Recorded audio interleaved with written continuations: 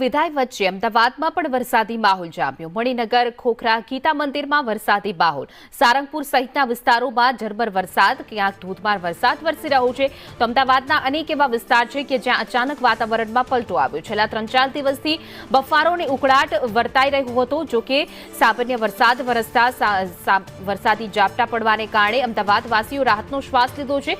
ચોમાસું વિદાય ઉપર છે, પરંતુ જતા જતા પણ અનેક એવા વિસ્તાર છે કે જ્યાં વરસાદી માહોલ જોવા મળી રહ્યો છે।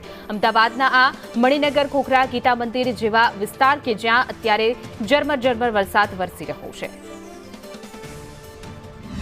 અમદાવાદમાં ચોમાસાએ વિદાય લીધી તેવી સત્તાવાર જાહેરાત રાજ્યના હવામાન વિભાગ તરફથી તો કરવામાં આવી, પરંતુ અમદાવાદના વિવિધ વિસ્તારોમાં ઝરમર તો કેટલાક વિસ્તારોમાં ધોધમાર વરસાદ વરસી રહ્યો છે। અમદાવાદના પાલડી, સાળંગપુર, ખોખરા, મણિનગર સહિતના તમામ વિસ્તારમાં વરસાદે વરસવાનું શરૂ કર્યું છે।